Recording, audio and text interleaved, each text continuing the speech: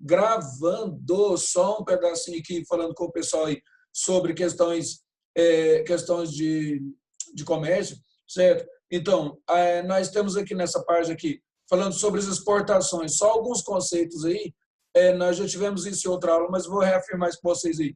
Exportações são os itens de bens e serviços que são produzidos em certo país, vendidos e enviados aos clientes de outros países. Importação é quando esses produtos e serviços chegam para nós aqui, certo? Importação e exportação, isso aí é importante.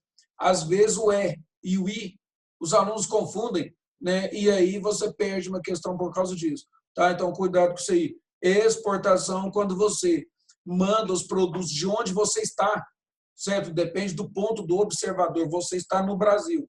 Se é o Brasil que está exportando, então você vai falar exportação.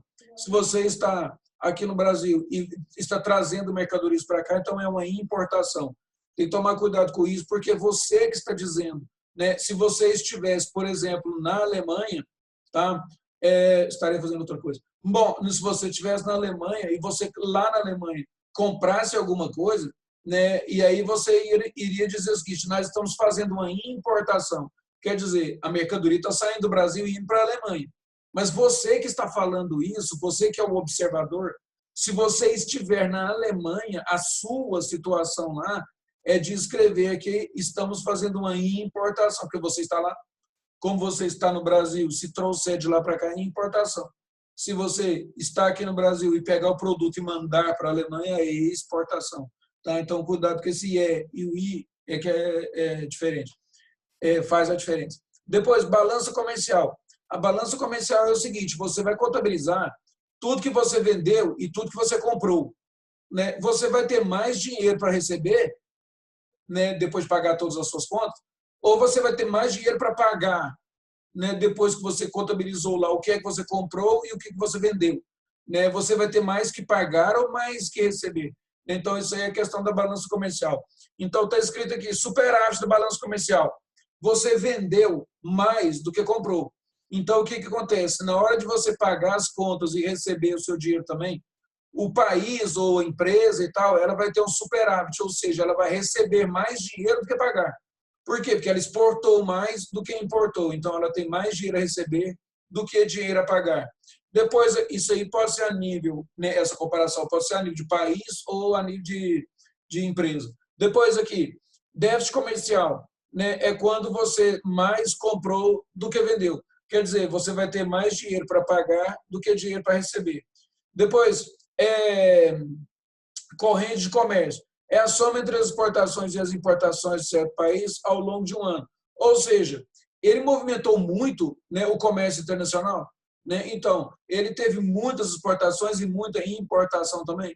Então, quando o país tem muita movimentação nesse sentido aí, né, é um indício que esse país é um país rico, né? É um país que pode comprar no mundo inteiro, é um país que pode vender para o mundo inteiro, certo? Então, quando tem essa corrente de comércio aí bastante forte, significa que é um país que participa mesmo do resto do mundo, que participa mesmo da globalização, tá certo?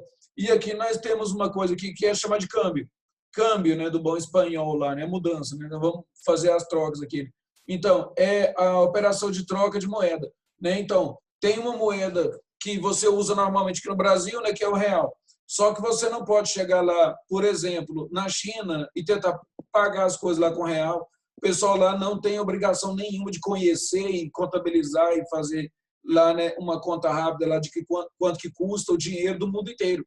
Então, chegando lá, ou até aqui mesmo, né, você tem que comprar o dinheiro deles, fazer o câmbio na troca, né, e depois você olha lá quanto que você vai ter que pagar de real para comprar o dinheiro deles, né, fazer essa troca.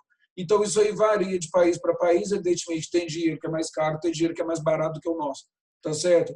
Então, você vai lá e faz essa troca aí. Depois, quando você está com o dinheiro daquele país em mãos, né, você vai usar lá normalmente, né, na hora que você for usar, você faz mentalmente, né, a equivalência daquele dinheiro em reais. Porque, às vezes, você vai comprar alguma coisa, né, em algum país, aí, por exemplo, você vai em Marrocos, vai comprar alguma coisa lá, você vai usar o dinheiro deles, mas a pessoa pediu um valor sobre aquela peça, uma peça de arte, por exemplo, né, um souvenir, alguma coisa, e aí você calcula rapidamente quanto que é aquilo em reais. Aí você vai pedir um desconto, ou você vai achar que aquela aquele valor está normal ali assim e tal, e vai pagar a pessoa, certo? Mas ele vai receber no dinheiro deles lá. Só que a gente tem que saber quanto que custa cada dinheiro deles, quanto, em reais, para a gente fazer a conta aqui e fazer uma pechincha. Né? Às vezes você descobre que ele está pedindo um preço absurdo só porque você é turista. Né? Então, essa questão do câmbio é bastante importante. E a questão do câmbio também é importante, quanto que vale cada dinheiro desse, por causa de investimento em bolsa de valores, né? O pessoal tem que fazer essa troca aí, né? E às vezes compra mais dólar, compra menos dólar.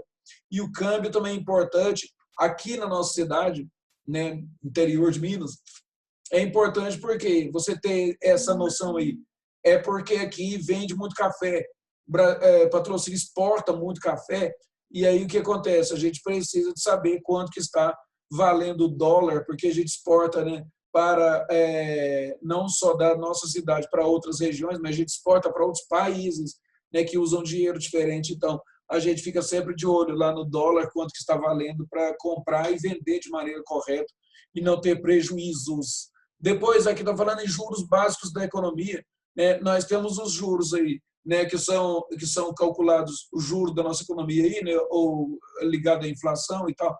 Então o Copom, né, então vai fazer o cálculo de quanto que vai ser o juro aqui dentro do Brasil, né? Então e depois nós vamos calcular esse juro aí o menor possível. Agora é claro que os bancos, quando vão cobrar juros das pessoas, né, dentro do que a economia está desenvolvendo, quando o banco vai cobrar juros, né, sobre os empréstimos, ele cobra muito mais do que a taxa da Selic, entendeu?